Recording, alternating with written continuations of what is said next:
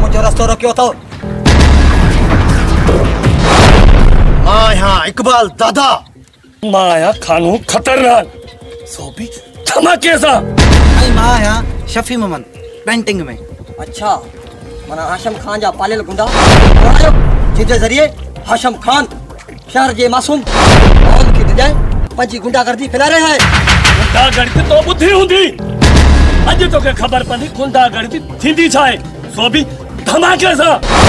अच्छा मना तवा एक सिंध जे पुट के ते जाए रहा आयो ते जाना ना पर तो के असा आज खत्म कर आऊं खत्म शायद तवा की खबर नाही 100 कुत्ता डजन पर एक शीं सा मुकाबलो नथा करे सघन। शीं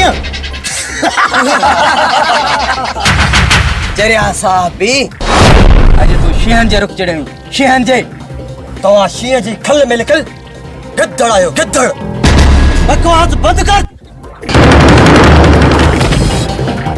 बटोस इनके एड़ो त सटको चाड़ियोस जी बचल जिंदगी खां तंग थी पांजे खुदा खां मौत जी दुआ घुरे।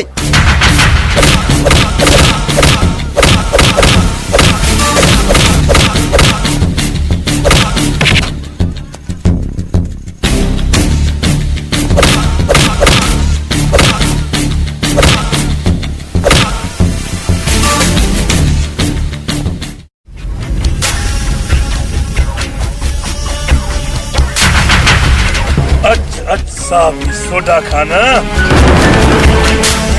तो हाशिम खान के खिलाफ ॻाल्हाइण जी जुरत की कई तो इहो बि न सोचो त हाशिम खान तुंहिंजो कहिड़ो असर कंदो छो जो हाशिम खान जो वेर खपुर ते पेर खपुर ते जाग बेटाई घोट तोखे सिंधड़ी थी सॾे मरन पयूं मारियूं काबू आहिनि कोट अच तुंहिंजी ओट ॾाढनि खे ॾारे विझो तो खिलाफ अखबार में हत्ताखोरी ऐं क़त्ल लिखियो आहे हाणे तो खिलाफ धाड़ा अफीम चर्स ऐं हीरोइन इहो लिखंदुसि।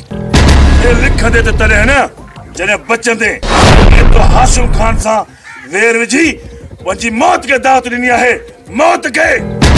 ज़िंदगी मौत उन ख़ुदा जे हथ में आहे जे तोखे मूंखे ऐं पूरी काइनात खे पैदा कयो आहे। मारण जी धमकी उन्हनि खे ॾे के मौत खां डिॼंदा हुजनि। हाशिम खान यादि रखजांइ ही सिंधड़ी धरती वीरनि फ़क़ीरनि ऐं दोधनि जी अथई ऐं हिते न ज़ुल्म ज़िंदा रहियो आहे न ई ज़ालिम। अरे ज़ुल्म ज़िंदा रहे न रहे तूं ज़ंजीर में जकड़ियल बेखबर ज़मीन में दफ़न थींदे।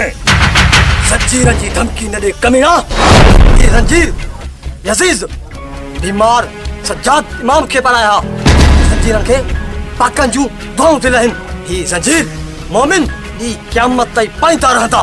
खामोश हाणे मर ऐं मलाइकनि खे वञी मुंहिंजा सलाम चइजांइ।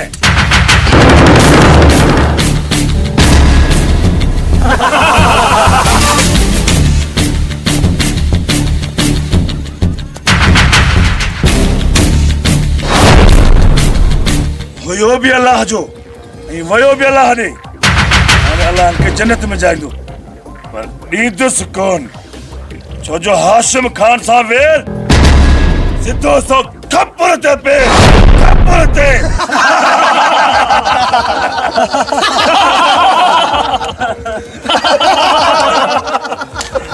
इकबाल जी बता खानू जी बता जो लाश खणी वञी मुंहिंजे शिकारी कुतनि खे ॾियो जिन खे खाई दुआ कनि यही कंदासीं।